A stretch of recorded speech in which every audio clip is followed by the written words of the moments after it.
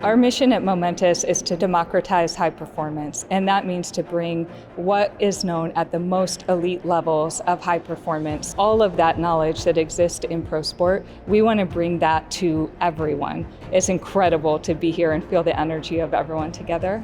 And that really has become our mission, is how do we democratize high performance? How do we bring best-in-class knowledge, best-in-class access, bring all those things together, make products that relate and share it with people who make policies and decisions across the board.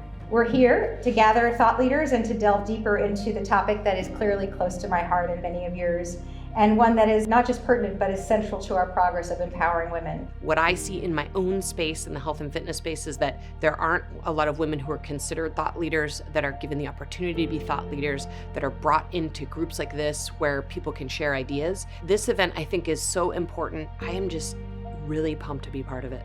I hope that little girls are watching us and knowing that they too can be here in Congress and serve their country in this capacity. There's work still to be done, but I think we've come a long way.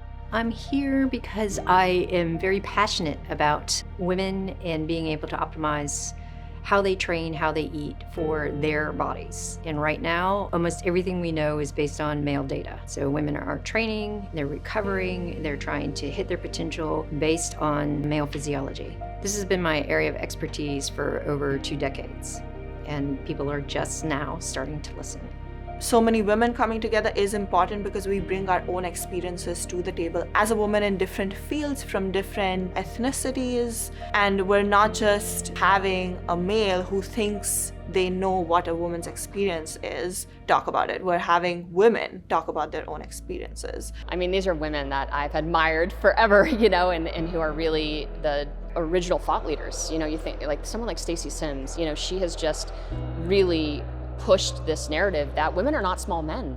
From a physiological standpoint, we look at estrogen and how that affects strength. We look at progesterone and how that affects the way that your body builds muscle or breaks down muscle.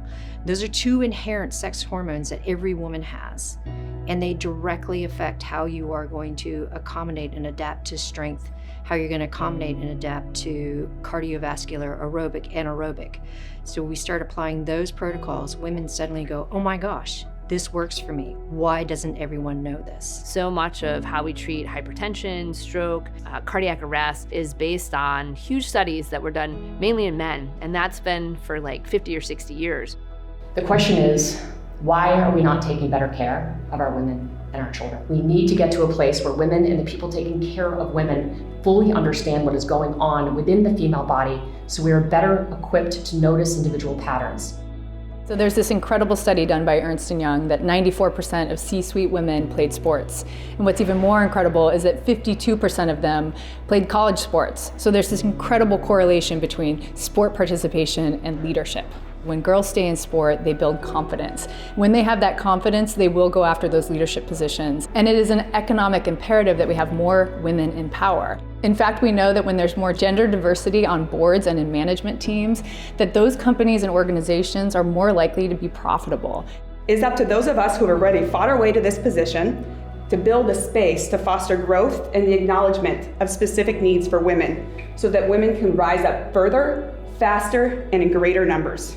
I mean, I've been in the health and fitness space for almost 25 years, and I was a professional athlete before that, and I have never sat in a room with that many badass women who are thinkers and doers and, entrepreneurs, doctors, physicians. Despite how different everyone was in the room, we all came together very quickly around this shared mission of trying to remove the barriers for women in all aspects of life. I think that that's really resonating with a lot of people in that room. Basic solutions of coming out today is getting people to acknowledge different hormone profiles for women. We need to change the mindset that women in services are just smaller men with more body fat. Being in front of people who have the opportunity to make change is massive, but the one fear that I have is we'll push it forward, we'll try to instigate change, but then it stops there. So the continuation of this conversation has to happen. It was just fantastic to finally be in a room full of like-minded people. So I'm very hopeful because it's not just a conversation with 1 or 2 people, it's a conversation with amplified voices. We know better, now we need to do better. Thank you.